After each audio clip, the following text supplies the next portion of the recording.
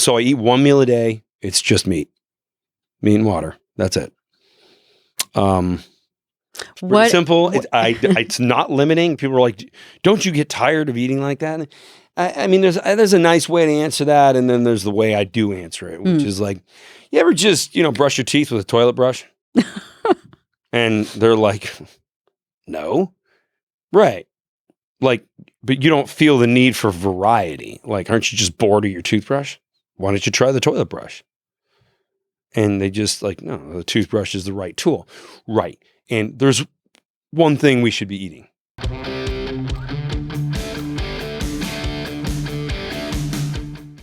Thank you for Element for sponsoring this episode of the show. I love Element. Element, spelled LMNT, is an electrolyte solution. You know that feeling where you're laying on the couch and you just keep testing it. You keep straightening out your leg and just waiting to see if it's going to cramp. And then you relax it and then you do it again. Yes, this is me. And I know that it might even be you. So why does that happen? Well, oftentimes we are dehydrated, and that's why I love Element. Element has 1,000 milligrams of sodium, 200 milligrams of potassium, 60 milligrams of magnesium. It doesn't have any of the junk, and it really helps when my legs cramp. And, sometimes I miss the personal entertainment of stretching it out, cramping it back up. Element is formulated to help anybody with their electrolyte needs. It doesn't matter what kind of diet you are following. It just matters that you are rehydrated. Element can help prevent and eliminate headaches, muscle cramps, fatigue, sleeplessness, all the things that can be common symptoms of electrolyte deficiency. Head on over to lmnt.com/Dr. Lyon. For a limited time only, you will get 8 single serving packets free with any Element order. I am loving watermelon salt lately. Element offers no questions asked refund. So if you don't like it, it's totally risk-free, but I know that you will. Head on over to drinkelement.com/Dr. Lyon and get your free sample packs. Now, I am in studio here with Dr. John Jaquish. I see how you're looking at me. You're waiting to see if I'm going to pronounce it right. Waiting to see if you're going to get it. And lo and behold, this is a Sunday. A Sunday. This is a Sunday. I know days of the week don't matter. They're all the same. But I have to say, you are special, and you are legitimately although I was hoping that your better half was going to be here, but we'll see her at dinner. We'll see her at dinner. But you are the only person that I would... Well, thanks. Yeah. Yeah. Hey, I flew to New York for you. Like we just didn't want to do this over Zoom. Like this is way too many important things we're going to talk about. And we're actually going to be able to talk about anything that you want. And one of the things I really appreciate about you is you are a thinker, and you are very entrepreneurial. Not only that, but you ask a lot of questions and question everything, and you challenge. You have no problem challenging the narrative. No problem at all. Well, most narratives are wrong. So we should be asking the question, why do we do things the way we do? When I was a little kid, I don't know. I had like a huge, they're probably half-pound can of like peanuts. And I was watching a movie, and I was just too lazy to like put them away. So I was like pouring them in my mouth like I was drinking, a drink. And I had this half-pound of peanuts, and I felt so awful from that. It made me want to read about peanuts. I'm talking, I was like 10. And so then I started realizing like there's a lot of things in peanuts that are really not good for people. And you're not supposed to eat a lot of peanuts. And then also I looked at some different seeds and nuts and beans, and I just sort of why do we eat these things? Like there's like health risks all over the place. Nobody ever told me. My mom never told me. I told her. She's like, I'll never buy peanuts again.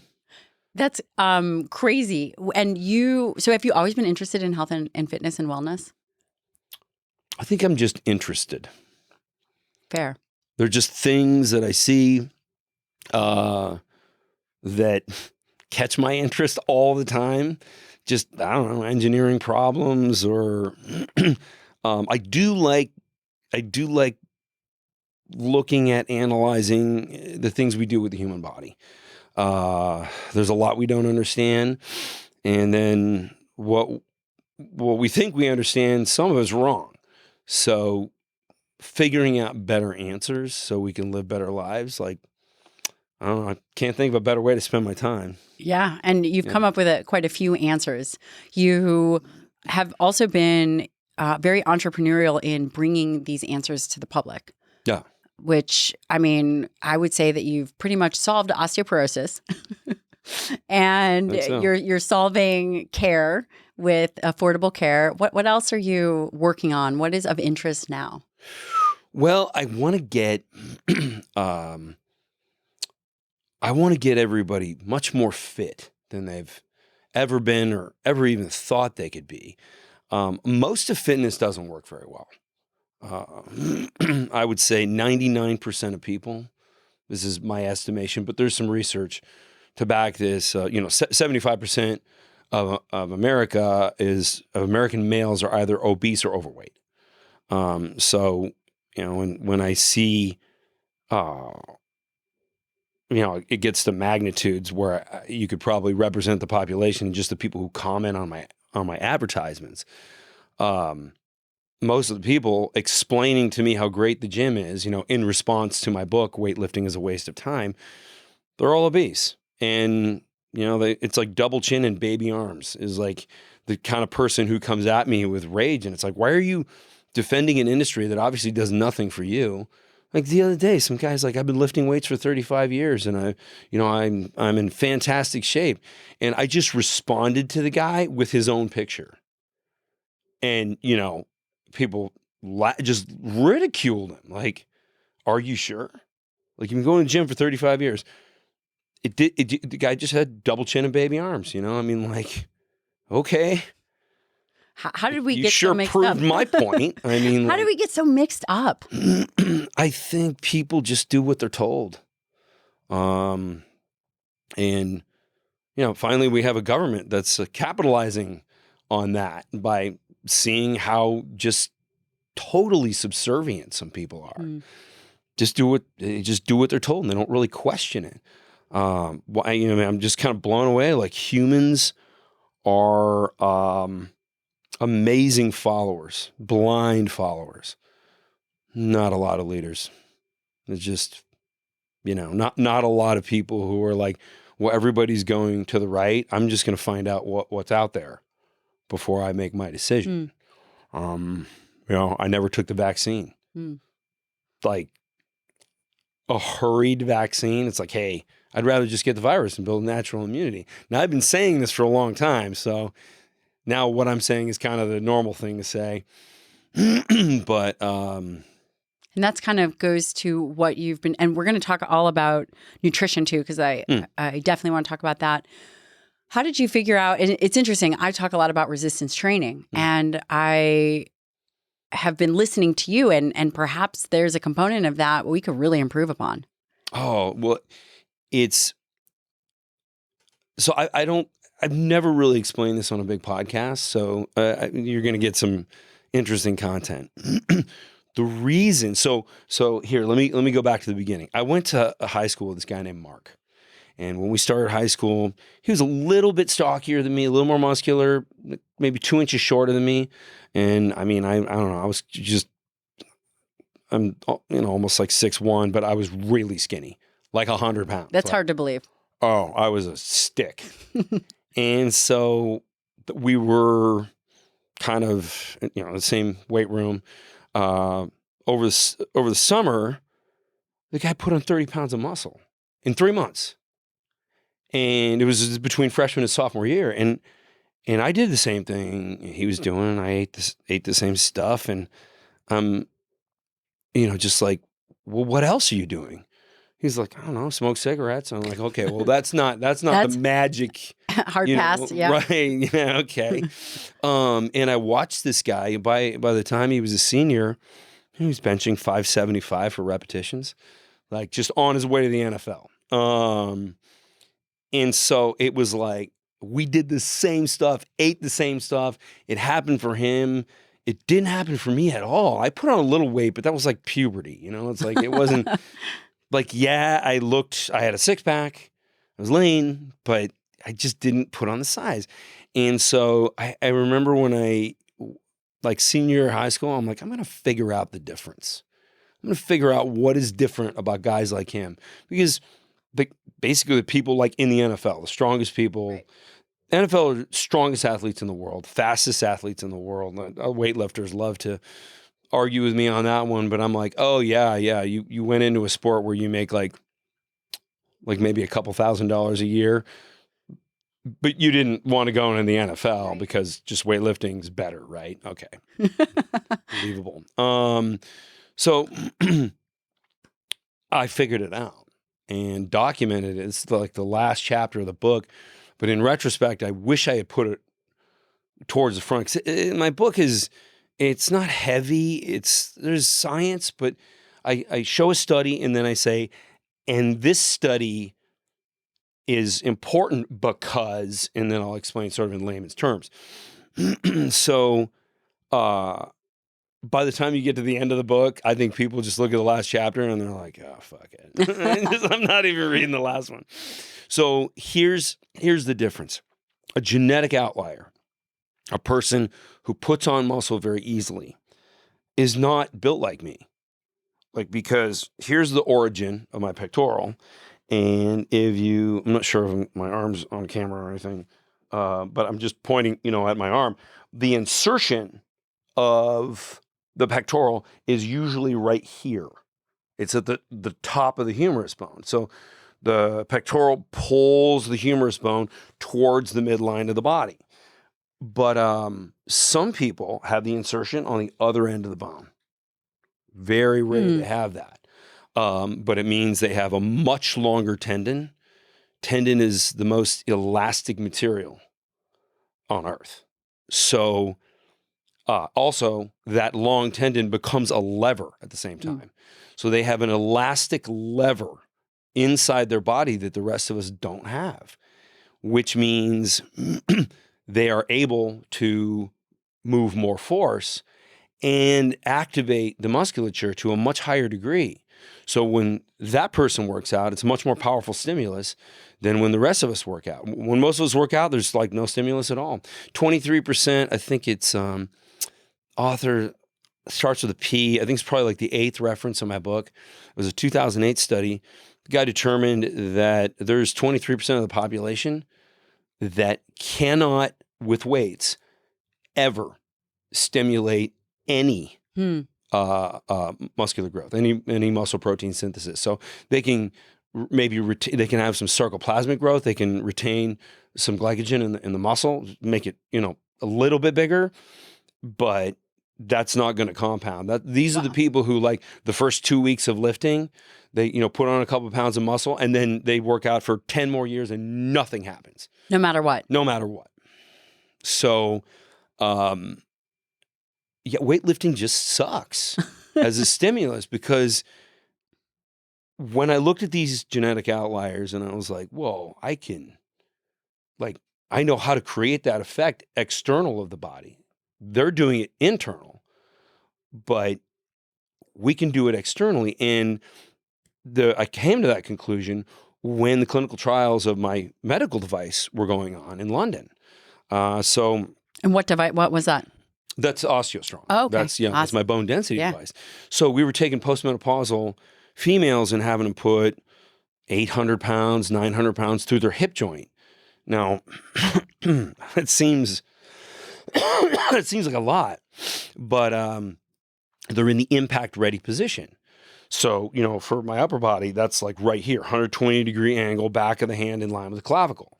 So I can either absorb or create the greatest amount of force right here. When a fighter hits somebody, they want to hit them just like that. They don't want to hit them here. They don't want to overextend their arm. That's sort of the range they want to be in when they hit somebody. So efficient position versus the inefficient positions. So what I determined in looking at how medical device was working with people, it was designed to just expose these impact ready positions, how you would brace yourself and fall. expose these positions to many multiples of body weight and trigger growth. It is the minimum dose response in the hip, which is the most important place for bone density. For sure. Yeah, because fractures in the hip and lives.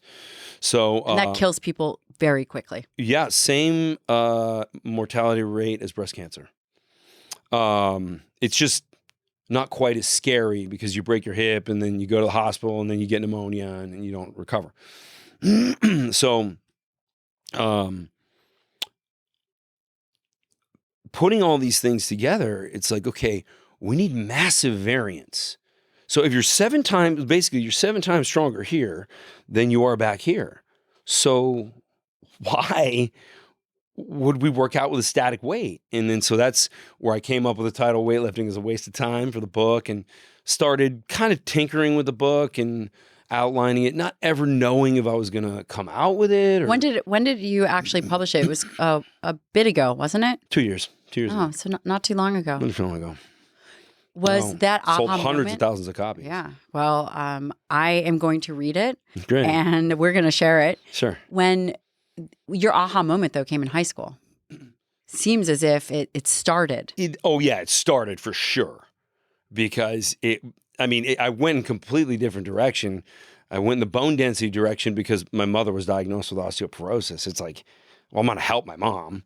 And you're an only child. I'm an only child. So right. you got to get the job done. I knew no one else was going to do it. Yeah. It's funny. My dad's a scientist, but he never had any interest in the human body. He developed the lunar rover for NASA. Oh.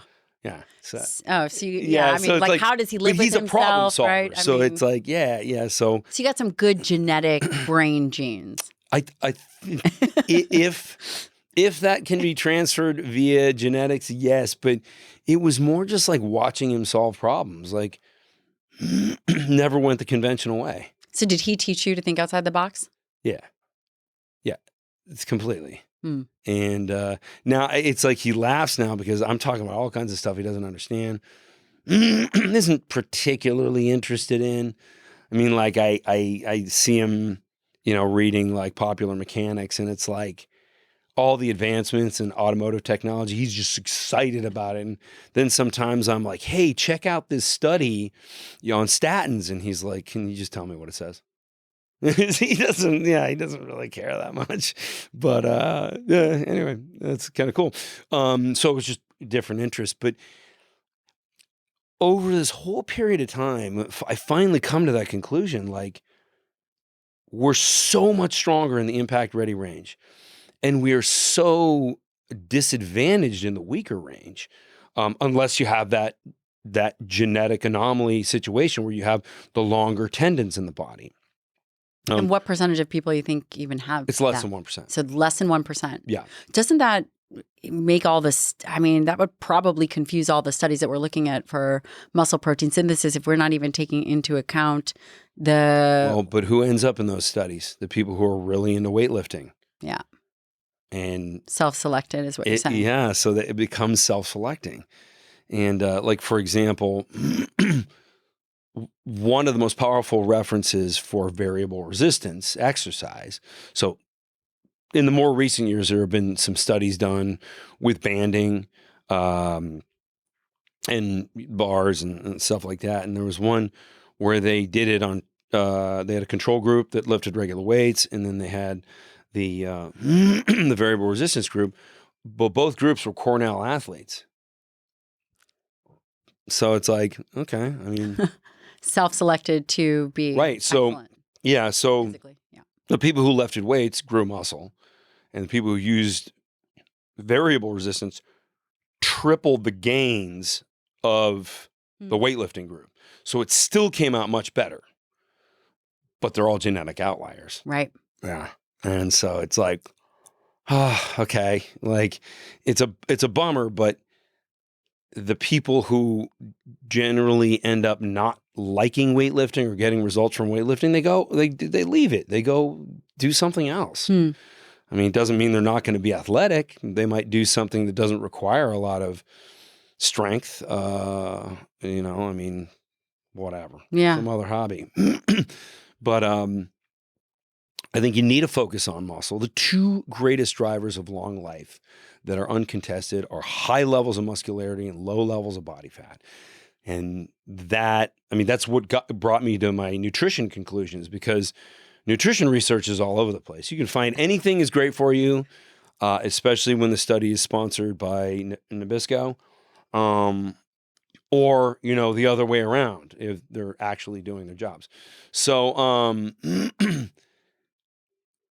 I had to back that one up too and go, okay, what's going to make people live the longest? High level of muscularity, low level of body fat. Well, there's only one way you're going to eat. For sure. Yeah. In my opinion.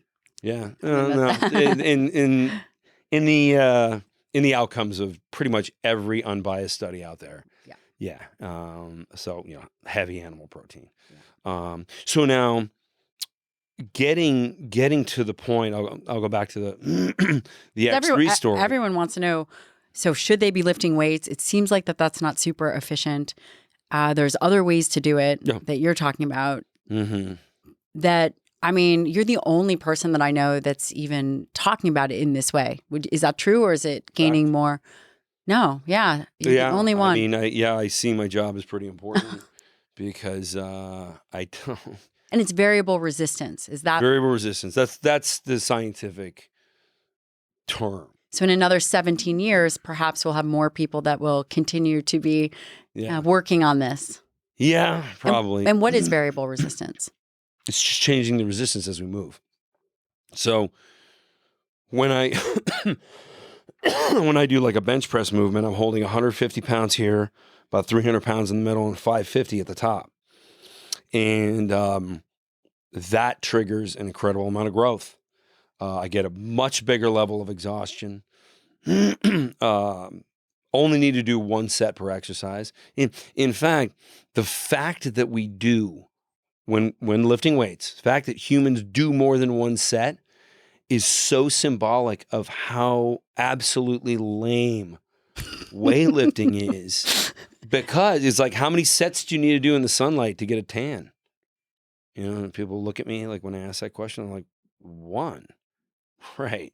How many sets do you need to do in the garden to build a callus? Let's say you're not talking to a weightlifter. Well, you know, one hard abrasion on the hand, that'll build a callus. Right. So why do you do 5 sets in the gym? It's because the stimulus sucks. Barely does anything. And then on top of that, when you're in the weaker range of motion, you're typically overloading the joint and damaging it. Is that why people get injured as they get older? They get injured when they're younger and they ignore it. And that's why it becomes chronic. Like, talk to anybody who's been heavy bench pressing for 10 years and, you know, they got to wipe the tears off their face after they put their shirt on because they just, you know, that range of motion is brutal. The pain in their shoulders. I have no pain in my shoulders.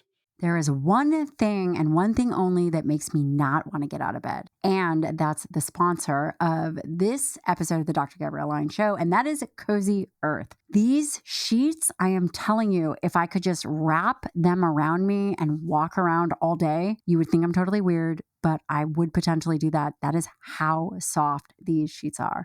They are 100% viscous from bamboo, which means they are also lightweight, temperature regulating. I sleep so comfortably year round. I never worry about overheating. This is one of my most favorite physical products. I love Cozy Earth. They have a million other things other than bedding, but if you haven't tried Cozy Earth bedding, you don't know what you're missing. They are amazing, amazing, soft. If you want to give a gift, you are not going to go wrong with Cozy Earth. Head on over to cozyearth.com/Dr. Lyon and save, get this, 35%.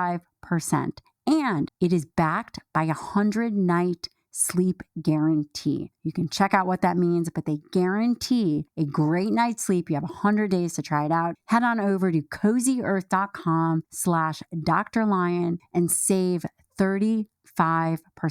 These are the softest sheets you will ever feel. And for people that are either listening or watching, you're very fit and buff individual. People can. Yeah, I mean, it's true. This is just fact. Yeah. I'm about 7% body fat. I'm 200 Now I'm about 230 pounds. And how long have you been as lean and as fit as you are? That's a great question. Only recently. Is that true? Yeah. Oh yeah. If you look at me like before I turned 40, like I was just an average guy, a little overweight. Is that true? Yeah. All right. Like 19% body fat. What changed? What changed for you? Just inventing X3. So how old? As soon as I invented it, it was like, oh shit, it's so how easy. old is X3? In my mind, this has been around forever. No. God, well, I launched it when I was 42. Because I wanted to really get the results first before going and saying everyone's going to get the results. But it's funny because in the beginning I was like filming some of the training videos and the comments were like, why is this like fat, weak looking guy like promoting this product? And then other people were like, I like that they chose a model because they don't know who I am. Especially early days. Like, I like that they chose a model. We'll be sure to link one of those videos. It's so funny. Like, they would actually like applaud us for picking like a chubby guy to represent the product. And it's like, realize you're trying to compliment me. I'm not really taking it that way. But, you know. How long did it take you to come up with it? Understanding that the variable resistance was the key and the way in which how long did it take? How many years? It's funny. It takes years. Like, it really takes years of thinking and collecting information. And basically, you don't want to come out with something and have everyone go, like, you're a fool. Like this, right? I mean, right. That's not a great strategy. No, it's not a great strategy. So it's not a good life strategy. I really had to like convince myself that it's as great as I think it is. And so like first year, put on 30 pounds of muscle. I had never put on, more than maybe a pound of muscle in, like I told you, like all my weightlifting, 20 years of weightlifting, I pretty much just kept telling myself I was putting on size, but I was just getting fat. A lot of, like they have this thing now. They say, I'm a power lifter. It's like, no, you're just obese and you have a gym membership. You're not a power lifter. Yeah, like that. I understand. I was kind of in that mindset. I was like, oh, all right, well, maybe I'm just a little heavier looking. And I wasn't really coming to grips with the idea that I was just getting fatter. Do you think it was because everybody told you should be lifting weights? Oh, why did I keep doing it when I didn't do anything? Yeah. Well, because I knew I didn't want to be weak. No. Also, yeah. Yeah, I just didn't want to give up on it because I thought strength was a great thing to have. It just didn't seem to work too well for me. So it was like every time I went into the gym for 20 years, I just like, wow, like this is such a waste of time. I need to figure out how to make it not a waste of time. And of course, I look around and I would ask people another thing from high school. I saw these guys like, there's a really nice gym I went to high school in the Napa Valley. Yeah. Are you from California? Yeah. And so there was a really nice gym, and I would have a membership there every summer. And I'd see the same guys every year. They'd be, I don't know, they were in probably their 20s and 30s, and they'd all talk to each other about like their latest strategy. And it was, they would definitely bear the mark of the last truck that hit them, because most stupid people do, and these guys weren't particularly stupid. They were just, some Flex magazine would have like a new thing you got to do. And oh my God, like this is how the Islanders put on muscle. Of course, nobody there's an Islander, but they're like, oh, wow, this is our new program. And, they're just running around in circles, all excited about their program, like a dog in heat. And I'm just like, oh, they're going to waste their time again. Do you think that this changes what we think about the potential for putting on muscle? Because oftentimes people will think, well, I can only put on, there's a couple schools of thought that an untrained person could potentially put on 2 pounds of muscle a month. I have very rarely ever seen that. And we look at bone. yeah. I mean, we look at DEXA scans, we look at all kinds of things. And the literature will say one thing, but in clinical practice, it's totally different. The amount of muscle and the potential that somebody has. What I'm hearing you say is that maybe they're never living up to that because they're not stimulating the tissue in the most effective way. I mean, they're trying to get a tan with candles is what they're doing. That's what weightlifting is. It's just the wrong tool. I mean, it'll probably always continue to be a sport, but it should be seen as a sport where the human body has to deal with the inefficiency of a static weight. And it's almost like powerlifting is really the only school of thought that understands that the human body is just totally not built for picking up heavy objects. And that goes against what everybody is thinking, because we would think that the body is designed I think the powerlifters, I don't think they'd ever word it the way I'm wording it, but they understand, like when they study, the mechanics of just like a deadlift, they know how just we are not designed to really do that well, but they're going to do it anyway because they can make certain muscles stronger, certain tendons and ligaments stronger, and overcome those inefficiencies by just being efficient. You'll see a power lifter move very quickly through some of the range, parts of range of motion. They can use momentum. They can do a whole bunch of different things because they're aware of the inefficiencies. Whereas, and I mean, an actual power lifter is like 0.01 of like percent of people who train with weights. Rest of the people are just pounding their head on the wall. No idea what they're doing. Just doing what the guy next to him is doing. Just as stupid as like, I should wear a mask because my neighbors are all wearing masks. It's just like, okay, you're a lemming. Good job. It's like a low life form. But I just keep trying to hammer into people's heads, like, just because you've heard it your whole life doesn't mean it means anything. Frederick Goebel said, you tell a lie 1,000 times, it becomes the truth. This guy was the propaganda minister for Adolf Hitler. I mean, like, you can just manipulate people really well. Just tell them the same stupid thing over and over and over again. They'll just believe it. Where do you think variable resistance training is going to fit in with some of the research? Because a lot of the research is hypertrophy, strength, this continuum of lifting.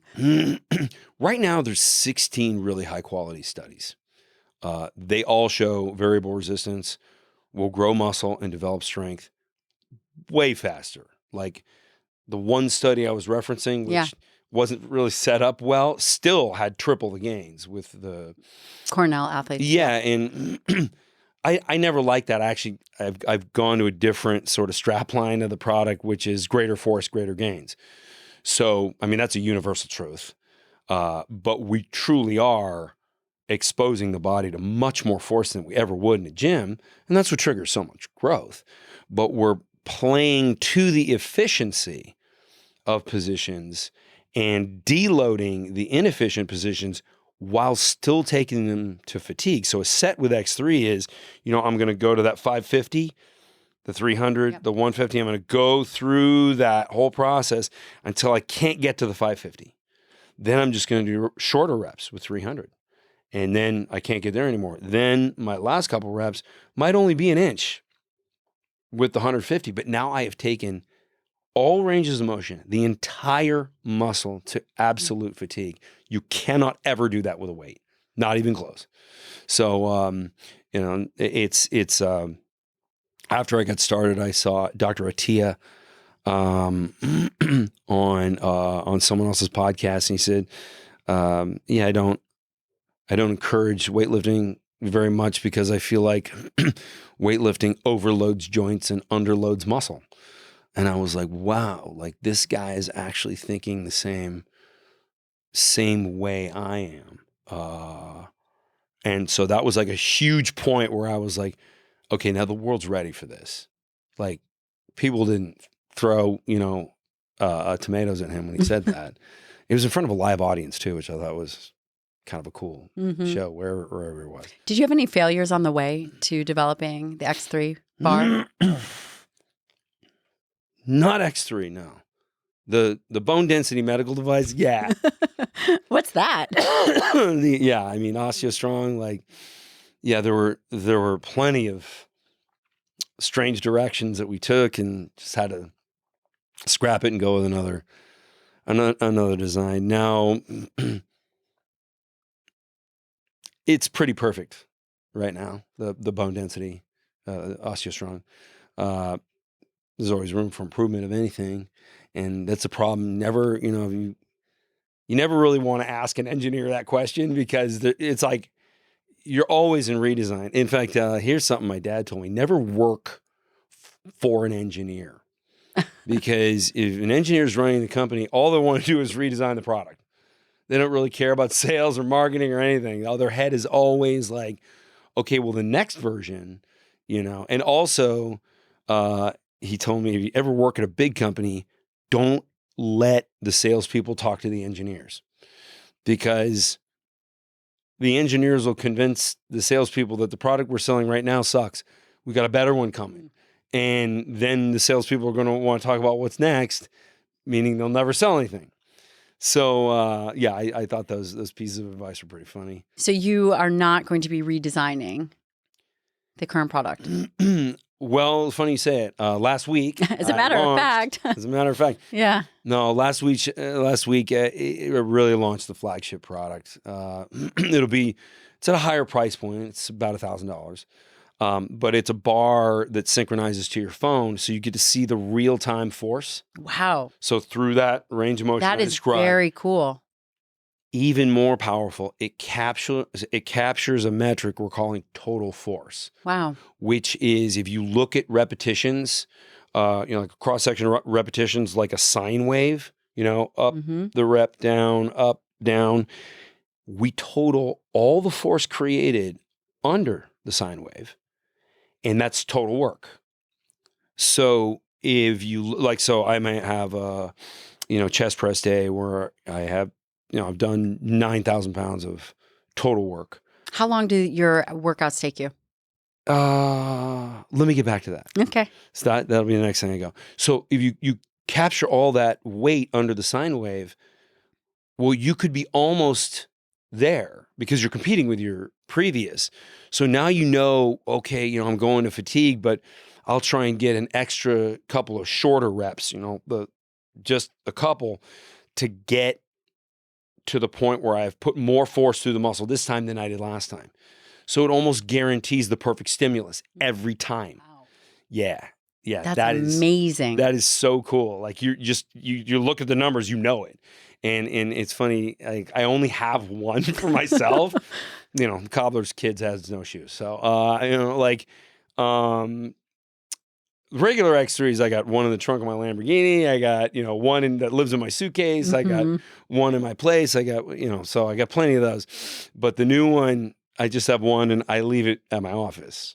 So that's my, during the week, when I'm in town, that's the one I use just because I don't want to lose it or damage it or anything like that. But at some point I'll be traveling with that one. With that one. Yeah. And, it's almost to the point where I'd rather skip a workout than not have the digital feedback because it just guarantees that the muscle is stimulated. Wow. And do you track it on yourself in terms of muscle mass growth? Yes and no, because diet has a lot to do with that. I've been trying to get leaner more recently. I think it shows much better being leaner that I'm not a performance enhancing drug user, because as soon as I get lean, people are like, oh yeah, he doesn't look like a bodybuilder. And bodybuilders are somehow lean, yet their face is bloated like a balloon. Just, like tomato heads, all of them. And, it's because their blood pressure's through the roof and, all kinds of awful things that are happening inside their body shows, but it also kind of gives them a healthy look. Whereas when you get a little too lean and you're a natural athlete, you kind of look a little skeletal. Yeah. Yeah. And so, there's a balance there, but it like I get way less, accusations of steroids comments the leaner I am, because they just kind of look at me and they're like, yeah, that's not a PED abuser's face. So you can just kind of see it on me. So I've been trying to do that, which means a lot of days of calorie deficit via fasting. So, I'm not going to put on muscle at the same rate as if I get the protein and, calorie surplus. Well, I definitely want to talk about nutrition, but I know that everyone wants to know how long are you working out a day and if you're doing cardio. Right. And then I want to hear all about your nutrition, because I think you and I have very somewhat similar views. Yeah, anyway. We do, for sure. So my workout when I started was 10 minutes. And it's, says it all over the X3 website. You can get a workout done in 10 minutes.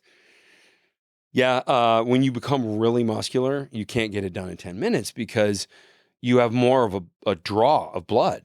Like there's more demand. Like when I train my biceps, like I go to contract my bicep, it's that big around, like I need a lot of blood to go there, and I am like gasping for air after a set. And so the larger the muscle is, the more of a cardiac demand it is. I need to catch my breath. I need to go back to a kind of a resting heart rate before the next set. So, that can take a couple minutes between exercises. So I'm still doing 4 sets per workout. 4 sets of how many reps? No, 4 exercises. 4 exercises. I shouldn't say sets. Okay. You only do 1 set of each. So it's just 4 different exercises. So, one is like chest press, overhead press, tricep press, and then calves pushing. Got it. And then we do a pull the other day with. You've now piqued the interest of all the men listening to this podcast. Yeah. Because they'll probably be able to grow their calves. Interesting. I used to post about how no one can really grow their calves. Is it true? If you want Can great they? calves, you got to be born with great calves. Okay. It's completely not true. My lower legs used to look like paper towel tubes, like just nothing. And now it looks like somebody, like stitched a ribeye steak on the outside of my leg. And then just painted over it. So another myth that we think is true. No, that is not true. My calves are awesome. Like sometimes, you can see them right through my pants. Yeah. There you go. Yeah. So, defeated that myth. Now, you also asked, do I do any cardio? Absolutely not. Is it because it takes time, your heart rate is going up when you're doing the variable resistance and you need recovery, or just? No, it's only because of the chronic cortisol issue.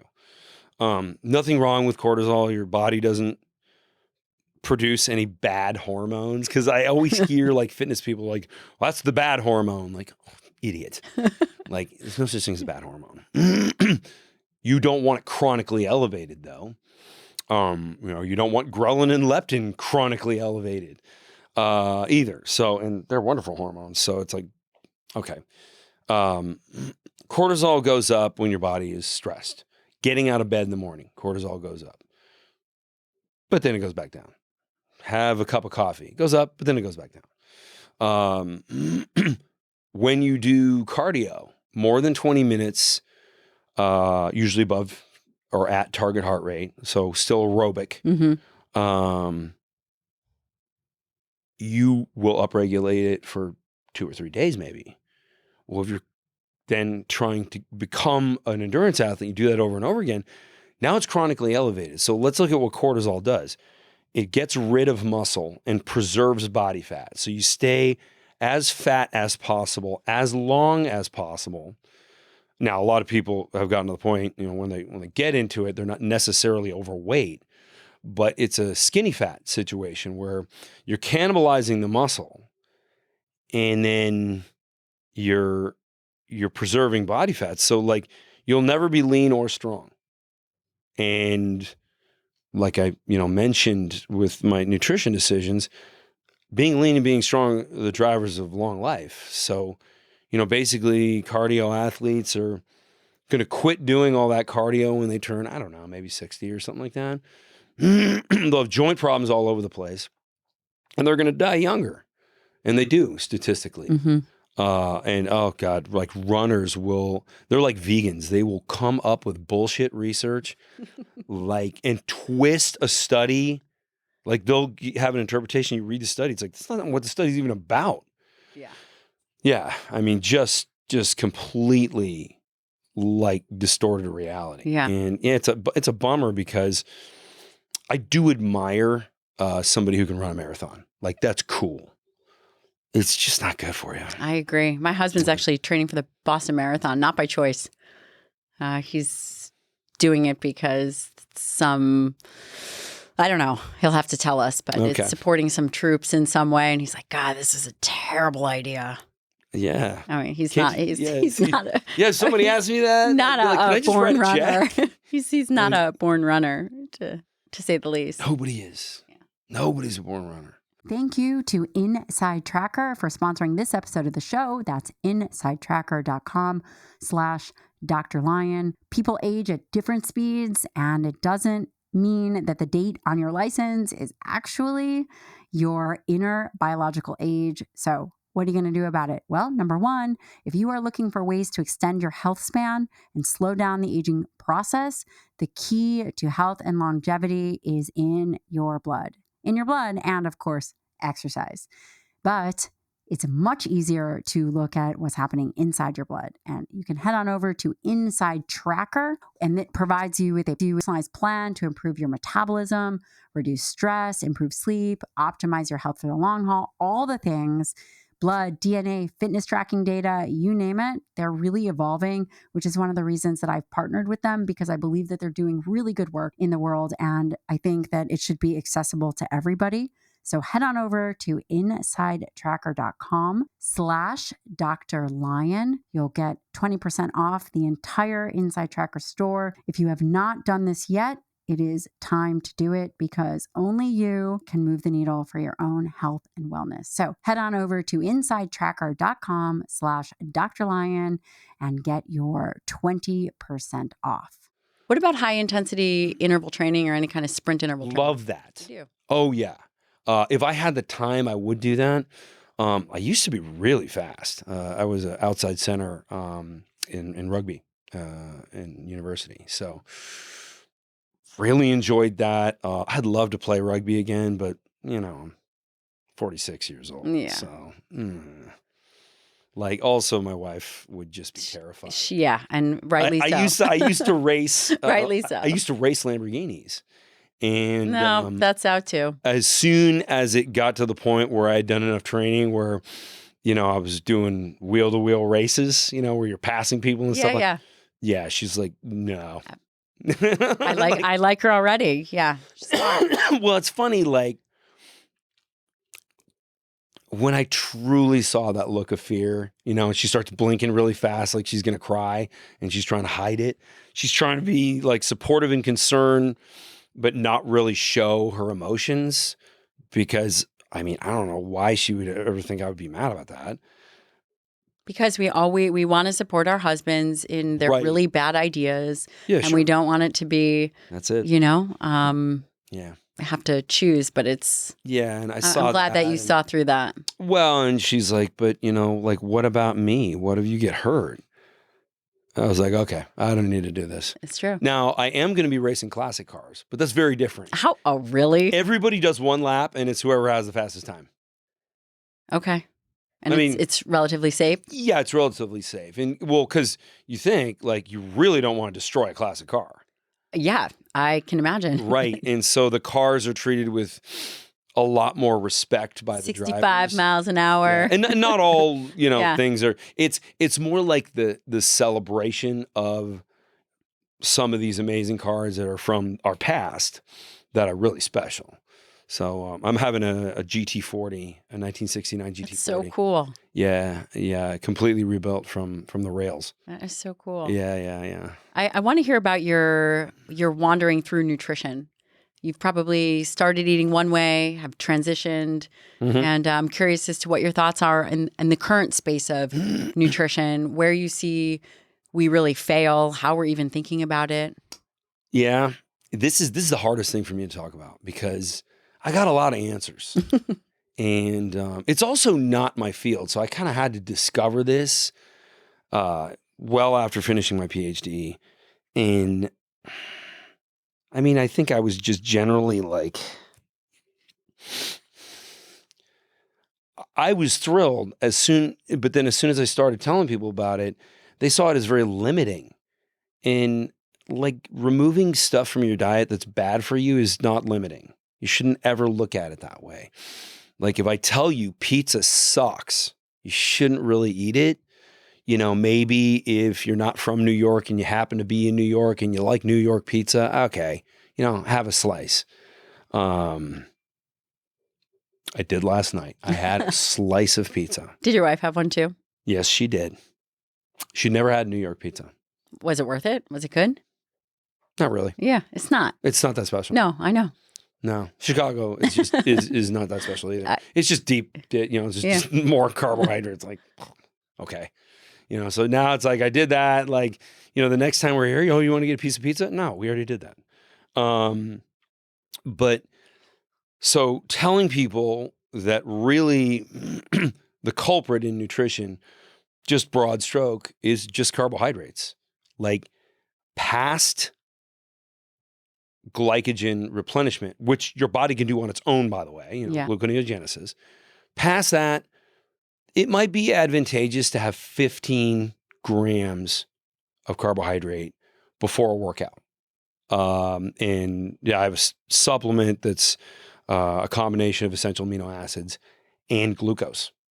You've been very busy. I've been very busy. Been very busy making lots of stuff. Yeah, and so that's specific. It's for a specific protocol, really to try and trigger hyperplasia. So we get a little bit of carbohydrate, you get a lot of hydration, and the essential amino acids all at once. You work out, you stretch, and this has been proven a couple times in research. The strength training plus the stretching plus what's volumizing the cell, it stretches out the fascia of the muscle, and it allows for cell splitting, muscle cell splitting. And so, previously, 20 years ago, it was like, okay, the only place hyperplasia happens is in the womb. But, we know better now. It's been proven we can actually induce this. And so that's, my supplement, and I actually get 150 grams of protein out of just that per day. I mean, I ingest the essential amino acids and they become 150 grams. And notice you said essential. So you're eating, so not the full spectrum of amino acids, just the essentials. Okay. No, your body makes the rest. That's right. Yeah. You really only, and that's where I help vegans. Cause I'm really not in favor of that. I think it's going to go down in history like anorexia and bulimia. But it's just based on bad information. So I tell vegans, like, look, if you want to eat the way you want to eat, like, I'm not going to argue with you. But you should take in that essential amino acid complex is made out of fermentation. So, no animals are involved. That's cool. Yeah. Now tell me about your diet. We were kind of talking before about the push of this triglycerides, LDL. It sounds like you've been thinking a lot about your nutrition as of late. So I had a fresh perspective. I was like, okay, I launched X3. I want to have a nutrition, some set of nutrition programming to make people successful. Because the only people who didn't succeed with X3 in the beginning were the ones who, I'd ask how many grams of protein, and I get a lot, like 30 grams a day. And I'm like, you should put a 0 behind that number. Like and this was a particularly large guy who said this, because you want to write about 1 gram per pound of body weight. Yeah. It's actually, there's been a new meta-analysis that was done on performance and gaining muscle. They found a little bit less. Yep. So But then you're again, like, where are you going to get your calories from? It's either going to be carbohydrates or fat. yeah. Or you can just be perpetually in a deficit and just get your protein and not really worry about anything else, which tends to be kind of my current style, especially because I'm getting 150 from Fortigen, 150 grams protein, and then, I'll have a pound and a half of steak and, there. Call it a day. Yeah. So I eat 1 meal a day. It's just meat and water. That's it. Pretty simple. It's not limiting. People are like, don't you get tired of eating like that? I mean, there's a nice way to answer that. And then there's the way I do answer it, which is like, you ever just, brush your teeth with a toilet brush? And they're like, no. Right. Like, but you don't feel the need for variety. Like, aren't you just bored of your toothbrush? Why don't you try the toilet brush? And they just like, no, the toothbrush is the right tool. Right. And there's one thing we should be eating. Now, I like a sunny side up egg sometimes. We eat that all the time? All the time, yeah. Cheese. I got a couple little issues with some cheeses. Just has to do with some of the proteins that are more prevalent in cheeses, like casein. They can have a inflammatory mucus response. For some people, yeah. For some people. And so I just, people are like, can I eat cheese? Like, can I eat tons of cheese? Like, I don't know about tons. You can eat it. Yeah, it's fine. So, yeah, I eat pretty much the only thing that we eat that is just all nutrients and carries no damage at all is meat, is animal protein. So, some people would argue with you. Oh, lots of people and say would that argue. that is the bane of the existence and probably causing heart disease and yeah, they're wrong. And it's colon been cancer. Wait, what? So that's a good one. So the major study that was like, the watershed moment for colorectal cancer. Yes, the nitrate. Exactly. It was nitrate meat. Okay, so they found a couple groups of people that for 40 years ate, however they ate. One of the groups they picked was people who ate meat every single day for 40 years. They ate nitrate meat every single day. And for those of you who don't know what nitrate meat is, this is like a gas station hot dog. Right. Like even Oscar Mayer doesn't do this anymore. Right. And what else were they doing? Right. And it's like, if you're eating a gas station hot dog every day, you're probably smoking cigarettes. You're probably doing all kinds of stuff that doesn't put your health as, a priority. I mean, like intravenous drug use. I don't know. Yeah. But lots of awful shit. And, they don't control for those variables. So and it's also a low quality study. It's epidemiology. Right. It's just surveys. And a lot of people fill out surveys the way they'd like to believe they live, not the way they live. Right. So, and at times I've seen researchers do this, when they conduct an interview or they write the questions. Like some studies will actually show the questions, and the questions are like so leading. Right. And they're not supposed to do that, but peer reviewers don't call them out on it. I do peer review for Archives of Physical Medicine. And they'll have things, like that. But I read those and I'll say like, wow, like you shouldn't really include the data from this one particular question because it's a leading question. Do you think that there are certain myths that just refuse to die? Kind of like the red meat, colon cancer, or people want to believe, like, we have news in this country that's biased. Well, all in one direction except for Fox, and then they're in the other direction. People love their biased news. It's a shame. People really it seems like they don't want the truth. They want to hear what they're most comfortable with. And it's unusual though, right? In the nutrition space as well. Yeah, but it's unusual. Tragic. I know. Like, why? I mean, I guess people would rather die younger so they can eat Twinkies and feel good about it. I don't get it. Yeah. Like, I'd rather just have the real answer. And then if I have a friend that's like, you know what? I like Twinkies more than life. And I'd be like, Fine. knock yourself out, dude. Like, you know, I don't assume you're going to show up to that workout day. Yeah. You know, it's just like, okay, that's what you want to do. Do you think that there's a handful of myths, maybe just off the top of your head, that just refuse to die? I mean, I see it all the time. If it's what somebody wants to believe, you know, vegans, Nabisco pays for a lot of research that supports veganism. It's not because, it is because they know vegans don't eat kale exclusively. They eat cookies and cakes and all kinds of vegan products. And they make billions off it. I know. Yeah. And so. And it's a huge, and so that you have all these groups fighting amongst themselves. It's a complete smokescreen. Totally. I mean, the animals are the main source of greenhouse gas. Cows, it's all a smokescreen.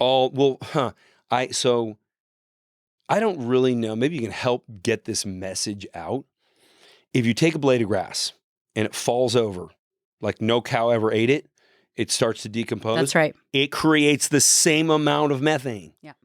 Like marginal land. The There's plant nothing you can, yeah. is always going to convert to methane, whether you eat it or not. And like I posted that, and some guy's like, well, yeah, but the same blade of grass will come up and then the cow will eat it, and it'll, like, it's just like, what difference does it make? Like, okay, or it'll die. Or the grass will just keep on growing taller, and then more methane will be created. Like, all plants give off methane when they go through their life cycle, period. And the cow, whether the cow's there or not, it makes no difference. Yeah, what you're saying, I believe is true, that these companies like Nabisco drive funding, and also they drive our conversation, and they drive what we think is healthy. Mm-hmm. And then they divide us. Yeah. And you have individuals that they turn into an emotional argument. And you can't win those. Well, yeah, you can. Really? The moment somebody becomes emotional, there's no argument at all. You're just talking to a child. And I'll tell people, like, you made it emotional, which means you're just a child when it comes to this subject. So, you know, fuck off. And that's what the ban button's for. Just, no one wants to hear from your loser ass again.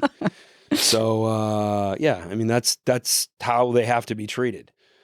There's a reason that social media platforms have the ban button, because they know a lot of people are just there to cause trouble. And what about this whole seed oil situation and fruit? And I'm just curious as to what your thoughts are, because I'm sure you've thought a lot about this. Yeah, you knew I wanted to talk about the fruit thing.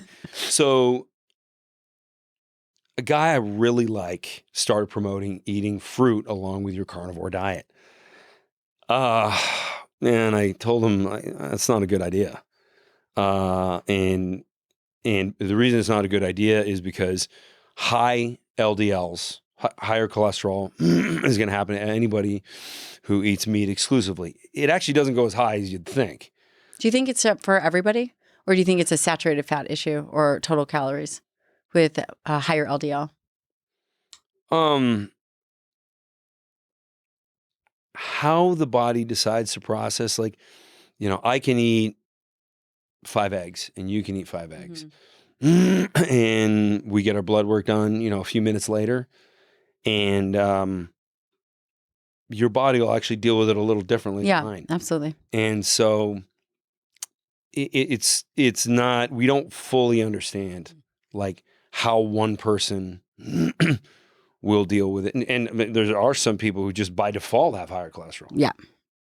Now, the good news is we have learned that higher cholesterol is actually makes you live longer. So the whole premise behind statins was wrong. Interestingly enough, statins have been applied in some other ways that actually have been relatively positive. But not for that. And, you know, when somebody says, well, I have high cholesterol, I'm like, wow, you really need to read something. Like anything, like in the last 10 years on cholesterol, because you don't understand.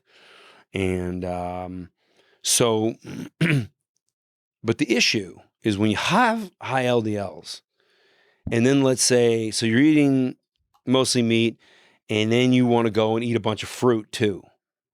This is what this friend of mine was doing.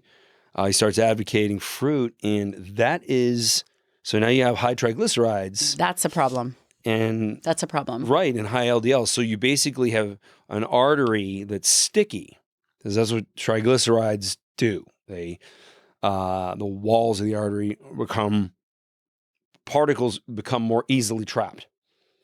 And when you have a lot of free-floating particles like low-density lipoprotein, it can get stuck and cause a blockage. Like it's this LDL triglyceride thing, the eating a lot of fruit with your meat-only diet, it's a recipe for a stroke. And so I kind of stayed silent about it for like a year, and talking to other medical professionals about it, cardiologists about it. It's hard to find a cardiologist that understands carnivore nutrition unless you have a couple hours to sit down with them. But a whole bunch read my book and they were like, "This is awesome. I know the whole LDL thing is bullshit. Like we don't need to worry about cholesterol. Like I love your book." And then I'd be like, "Hey, can I run something by you?" Because I wanted to talk to over 100. Just that number was in my head. Like I want to talk to 100 people about this who really know what the hell is going on, because I want to make sure I'm right. If we could just eat all the fruit we want and all the meat we want, and okay, whatever. It's not the case. Like we just shouldn't eat it. Now, if you want to eat a lot of fruit and you're not really eating protein anyway because you're eating kale and you got to get your greens. I hate it when people say that, like they know something. It's like, okay, fine. You're not going to be lean and you're not going to be strong, but it's not going to kill you either. This actually will kill you. So, I don't know. It's a shame, but. So do you think there is fruit? I mean, so again, you're saying that there could be fruit in the diet, but it really has to be calorie limited. Very limited. Yeah. Like I've never been like zero carbohydrate as far as my recommendations. I have been personally, go many days without having any carbohydrates at all. But, yeah, there's just no upside. And there's a big downside. And like this fruit thing, I'm afraid what's going to happen is some people are going to have strokes and they're going to blame the meat. Instead of, it's like, well, this, person had a very extreme, somebody died recently and they called his diet extreme and it was, carnivore. And he died of something completely unrelated to like his nutrition. And we know that higher amounts of carbohydrates will drive triglycerides up. Yeah. I mean, there's that's no way around that. That's one of the first things that we do. And, my mentor, Dr. Donald Lehman, he did some of these early studies where he reduced individuals' total carbohydrate intake, and he saw a 40% drop in triglycerides. Yep. Yeah. I mean, there's no way around it. Like if you have carbohydrates in your diet, you're going to have high triglycerides. Depending on how many carbohydrates. Right. Yeah. So like if somebody wants to have, like I stay under 50 grams, like even, we're going to sushi tonight. There's going to be cooked sushi. Yeah. There will be some. Actually, the restaurant my wife chose has a really good ribeye. I don't know. I might be having that. I'm going to have the ribeye. Yeah, I'm not. And by the way, your wife is so thoughtful. We're going to early dinner. That was really thoughtful. And I hear that was like, it's like nobody wants to go out late when they have little kids because they want to be home and put the kids to bed. So cute. Yeah. They're cute. And also a good form of birth control. But you were saying that you do well on 50 grams or less. I actually do well on a little bit higher, but I could do lower. But I do pretty well on moderate carbohydrate diet. I'm a very small human. My triglyceride looks, all my markers look great. What are your carb choices usually? Is it slow digesting? Oh, yeah. Yeah. Yeah. Thank you to First Form for sponsoring this episode of the show. That's First Form, PHORM.com/Dr. Lyon. Today, I want to mention one of their products that I love and I use in the clinic all the time, and that is glutamine. Glutamine is the most abundant amino acid in your body, and there's some great evidence for gut health with glutamine. Depending on what you are dealing with, this is one of the most common complaints that I hear from my patients. And when it comes to rebuild and repair, glutamine, which is a non-essential amino acid, has been shown to potentially improve gut health, meaning in terms of the integrity of the gut lining. So glutamine is important also as it relates to strengthening your immune system, making your body more capable.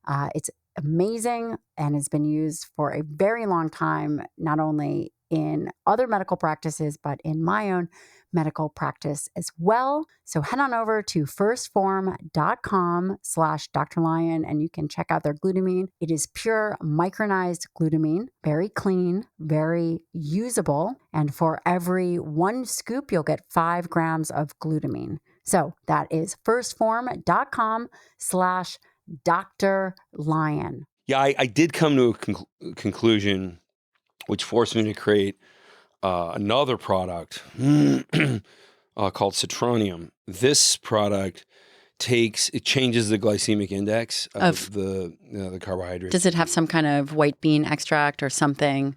Citrus peel. Okay. Yeah. In citrus peels, there's a lot of really powerful acids that can alter. So like somebody could eat a Snickers bar and it digests with the same glycemic index of a carrot. So I don't want people to do those sorts of things, but they will. I mean, I'm dealing with, I have 1 million followers now. I know they will. How are you your mission is to really change the face of the way people take care of themselves. What is I'm assuming that's your mission. Oh yeah. My mission is to lead people to live just healthier, happier lives. I mean, because if you think about it, if you take a step back, you have pretty much probably met nearly every goal you've set for yourself. Plenty of money, beautiful wife, great career. So you're not doing it because you have to at this point.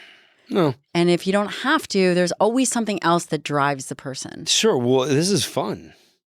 I think talking about this, making new discoveries, getting people excited about what I'm excited about, that's fun. In my mind, in some way, I don't know, I quit working when I was 30.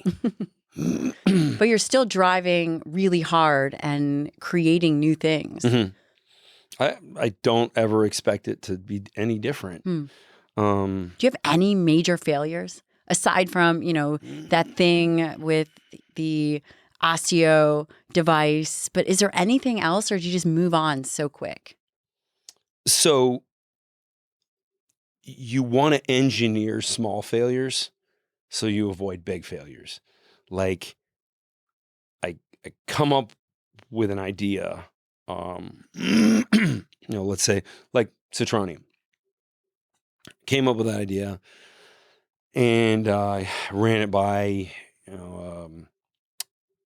first person I go to is Henry Alkire. He's my co-author on the book and one of the smartest people I've ever met in my life. It's amazing. He's awesome. And I said okay, I think there's a marketing message here that's powerful. I think it'll be helping a lot of people out because they're just unwilling to go super low carbohydrate. So if we can just kind of reel back the damage that carbohydrates do. Oh, I described it that way. And I had so many people, damage? You're such an idiot for saying carbohydrates do damage. I'm you ever heard of diabetes? You think that's a good thing? And you're very unscathed by the social media world. What do you mean? You see, you don't care. Oh, it's a matter of perspective. If I see my job, somebody asked me, I was on this kind of weightlifting sort of podcast, and the guy's like, so what do you describe as your job? And I said, I'm a shepherd. if I tell myself that, it feels like that's kind of what I'm doing. I'm just, trying to get the herd to go in the right direction. And, there's always the dumb ones that just won't see it. But, it's okay because it's not for everybody. I struggle with, I'd say my biggest challenge right now is really connecting with more people who are at all places from a socioeconomic standpoint. Telling people they have to eat meat, that's expensive. I mean, our government is against eating meat, and I know why, and it's not a sinister reason. It's because they know at some point menial labor is going to disappear because it's going to be replaced by robotics. Now, the people in the bottom third of intelligence quotient will have no job. They will be dependents of the government, wards of the state almost. And you can't give them another job. Like, these are people who Jordan Peterson defines as they cannot do anything other than mop a floor. They can't. Like, if you give them a vehicle, they'll crash it. If you give them a gun, they'll shoot themselves in the foot. They're just dumb. And and this is like, the most outspoken people on the internet also. Because, the Dunning-Kruger study, right? I do, unfortunately. Yeah. The most unintelligent people, they don't know what they don't know. And unfortunately, some of them are influencers and they just can't even engage them because in the fitness industry, that's almost everyone. You cannot engage them. They don't know what they don't know. And because no idea, they're unaware that they don't know some stuff, they think they know everything. I know. Yeah. And they're kind of dangerous, but also it's pretty easy to point out that they're wrong. So I do. And, again, I'm a shepherd. That's my job. Like, I got to point out who's just a fool. Oh, also, I never attack people. I only criticize an idea. Like, I've never said, like, so-and-so has it wrong. Like, you notice I didn't even mention the name of the person. Yeah, because I like him. He's awesome. I just think he got the one thing wrong. Yeah. And I never, we're fighting because we're living in a world of bad information. We're living in a world where sometimes bad information is profitable for someone. Nabisco and Kellogg's will never tell us the truth. They're going to tell us to eat more breakfast cereal. I know. Yeah, they even got the federal government to say frosted mini wheats are the most nutritious thing you could eat on earth. A product that comes in like a plastic bag in a box. That's the most healthy food according to Tufts University and the White House. I'm going to have to be the guy that breaks it to everybody. There's a percentage of people who are just going to be on government assistance. And yeah, they're probably going to eat crummy food. But if that's not you, pay no attention to what they're doing. It's just a sad reality. How do you think people can navigate?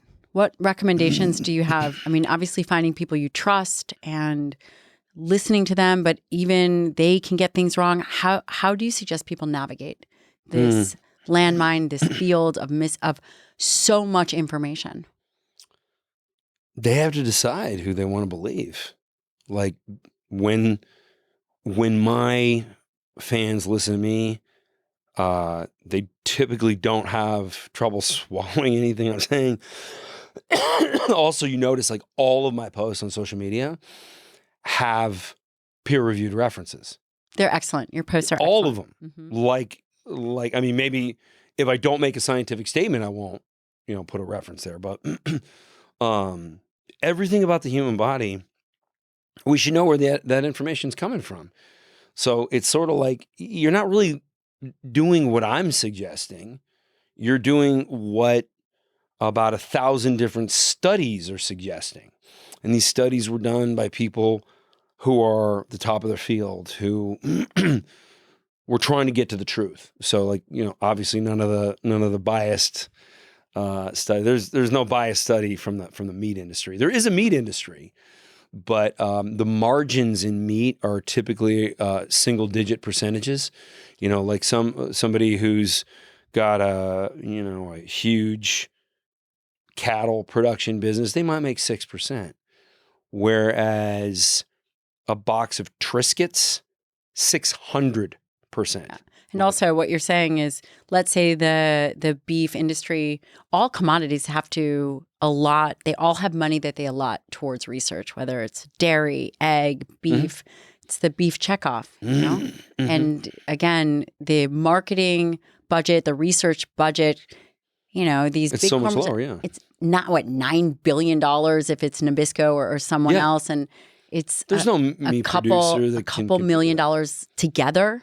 Right. It's well, and you can also, when you're Nabisco, and they did this multiple times, they start some nonprofit, research that they fund exclusively, and it's like the Research Institute for Healthy Nutrition, and then that's Nabisco by proxy, but most people don't know it, right? And then like I'll never trust anything out of Tufts University again. Like, they're corrupt. They just took money to lie. And there's also some of the other bigger institutions that all do that as well. Yeah. A lot of the Ivy League institutions that put out a lot of information that are funded by a lot of these Kellogg type companies really, really make it challenging. Yeah. So to navigate, you really just have to learn. Like you got to see both messages and then make a determination on your own. But the people that I argue with, whether it's, from an X3 perspective, if X3 works, if variable resistance training works, or nutrition, it's only the ignorant that have the problem. Like, there's never been a single day where like somebody who actually knew the subject was like, hey, Jaquish, you're wrong about that. Never happened. So not that I'll get everything right. I mean, we all get something wrong sometime. And I'm not guaranteeing I'm always going to get everything right, but you're pretty diligent. I'm careful. You're pretty diligent. You have to be. Giving somebody the wrong health advice could kill them. Right? So, I mean, and that's like why I felt the need to speak up about the fruit thing. I mean, okay, and like people are doing it, and again, it's not a death sentence for everyone who's doing that, but it just increases the chances. Why would you want to increase your chances of a stroke? You wouldn't. Yeah. So nobody wants that. No. I am curious. You've done a lot of amazing things, and hopefully one day you'll be a father. Yep. Which is amazing. And you have a lot of young people listening and watching you. Is there a piece of advice that you would give them coming up now? You probably have a lot of really good advice. Yeah, I have a lot of really good advice that nobody would take. It's the problem. No. I worked so hard on getting my company off the ground.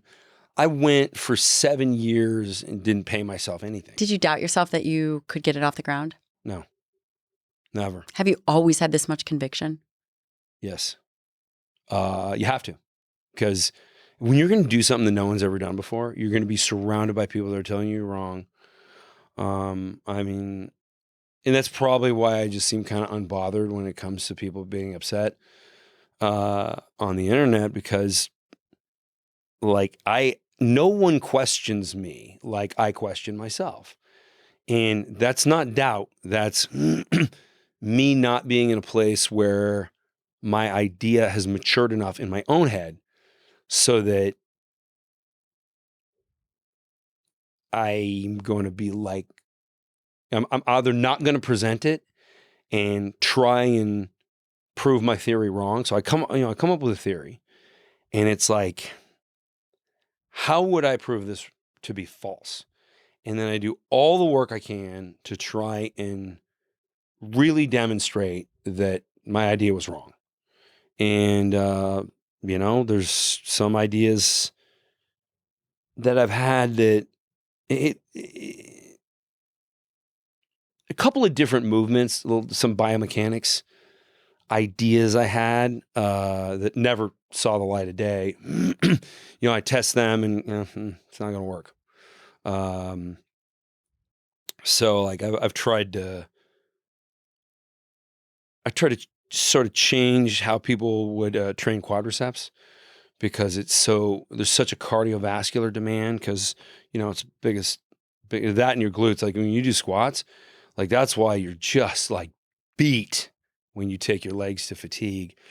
And I tried a couple different variations, and squatting's still the best. So nobody questions you like you question yourself.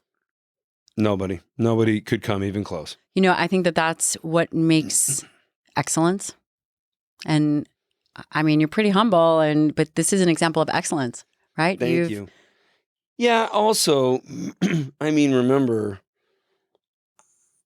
like the people that are full of themselves, it's a front. Like if you have to walk around like you're great, it's like, no, like those guys are just full of shit. Because when you really did something and you helped a bunch of people, right. It's not, that's not how that comes, it's like, that's not what comes to mind. It's like, I'm satisfied with what I do and it's fun, but man, like, I don't need to pat myself on the back. When people, like when people call me a genius, I'll be like, I don't know about that. Einstein was a genius. I'll settle for clever. If you want to call me clever, I'm fine. And also, everyone has to keep in mind that all of these things, all of them, wouldn't exist if it wasn't for the research. So there's like thousands of other people that worked on this, that worked on these ideas. I mean, it was many, many layers ago, but like I want to give credit to them. Like they challenge convention too.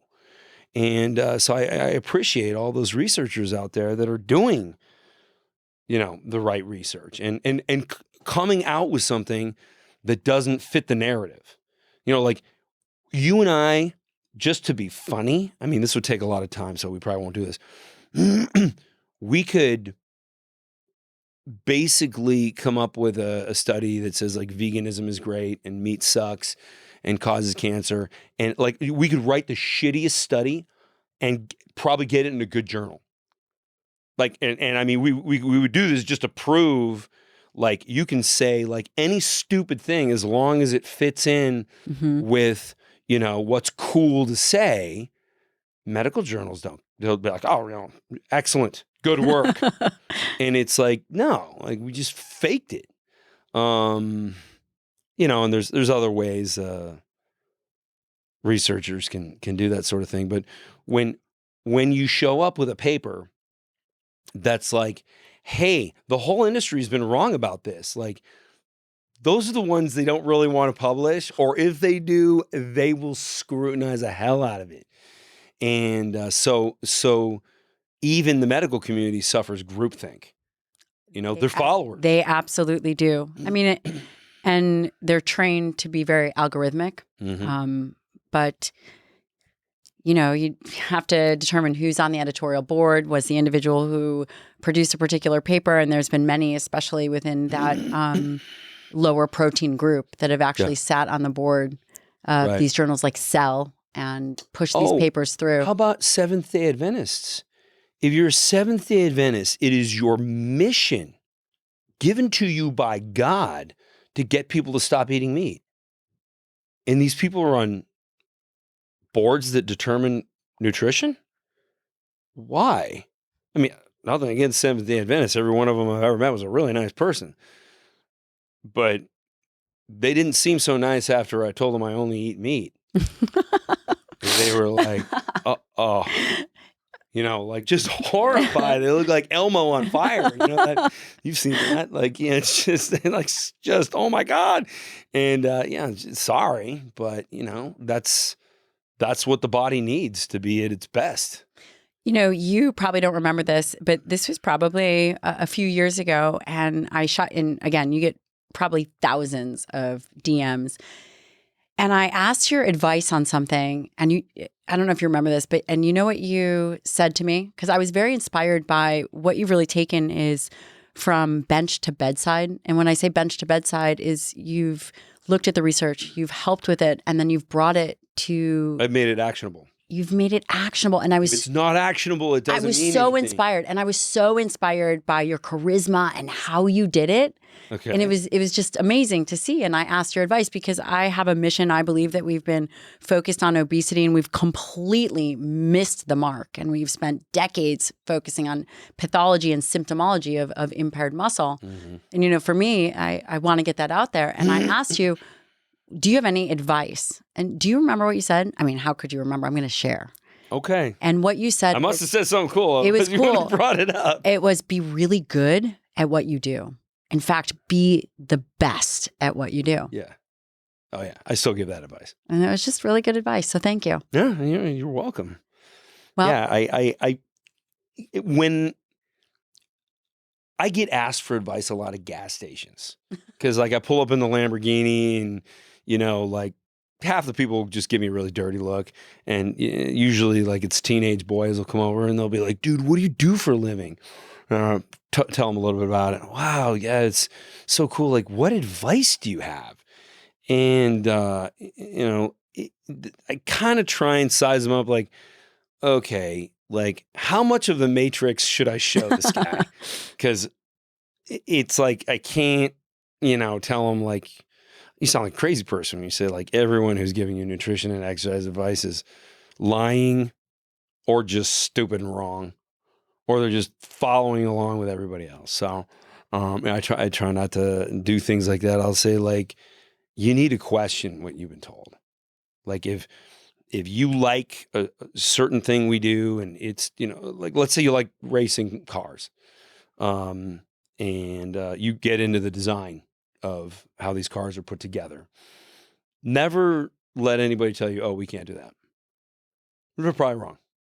There's almost every way we do things in automotive engineering.